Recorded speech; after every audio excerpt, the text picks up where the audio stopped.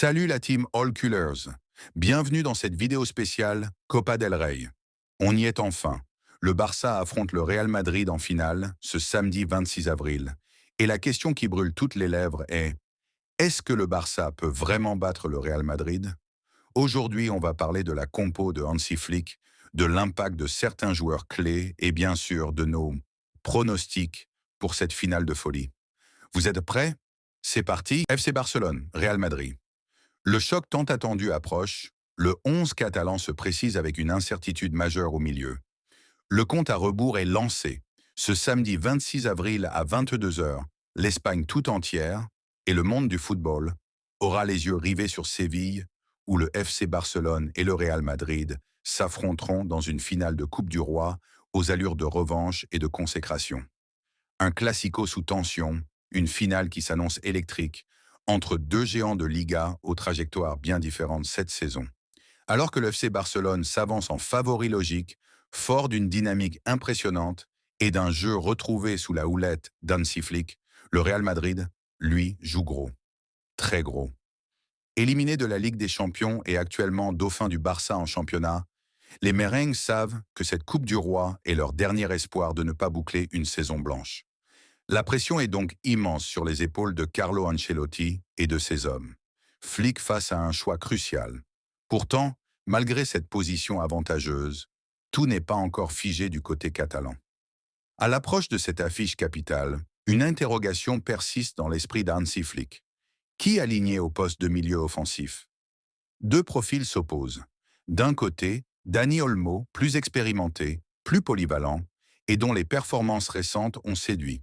De l'autre, Fermin Lopez, jeune talent brut, explosif, mais parfois encore irrégulier.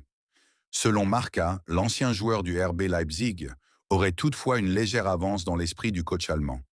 Une équipe presque gravée dans le marbre.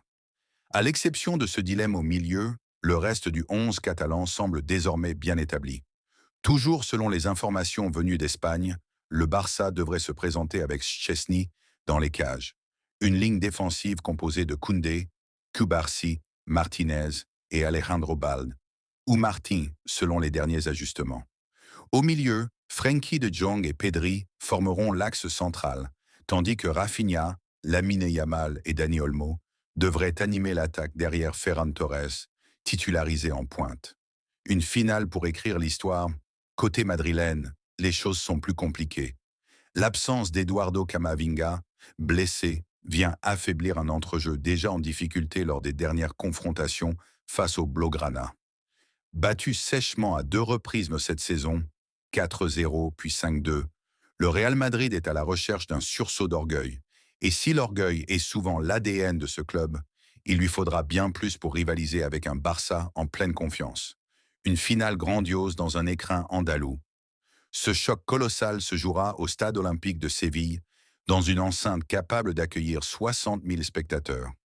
L'ambiance promet d'être incandescente, entre les chants des supporters catalans et l'espoir des fans madrilènes d'un retournement de situation.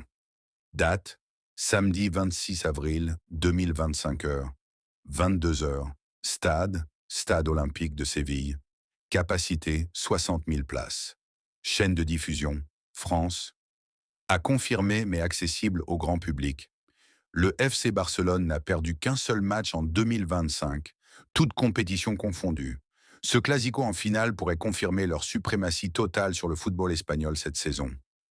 Pour le Real Madrid, il s'agit ni plus ni moins d'une opération sauvetage. Une défaite et c'est une saison à oublier. Une victoire et c'est un trophée qui sauve l'honneur. Le décor est planté. Le rideau peut tomber à tout moment. À Séville, ce samedi, une seule équipe pourra soulever la coupe. Et l'histoire retiendra les héros.